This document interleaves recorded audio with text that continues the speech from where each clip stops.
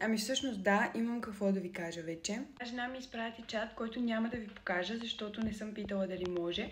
И ще ви зарежа просто отговора на организацията какво е написала, след като тя е попитала как е артишок. Така информация даваме само на хората, които са ги днесли. Никола е блокирана заради друго нещо. След малко ще видим какво е и нещото.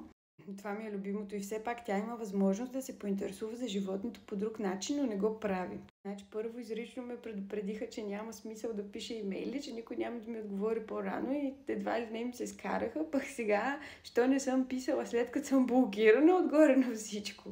А аудиторията си много умело манипулира, като не поднася цялата информация и трие неудобни коментари. Съм поднесла цялата информация и кое по-точно съм скрила. Значи аз не знам какви коментари трия и къде трия коментари.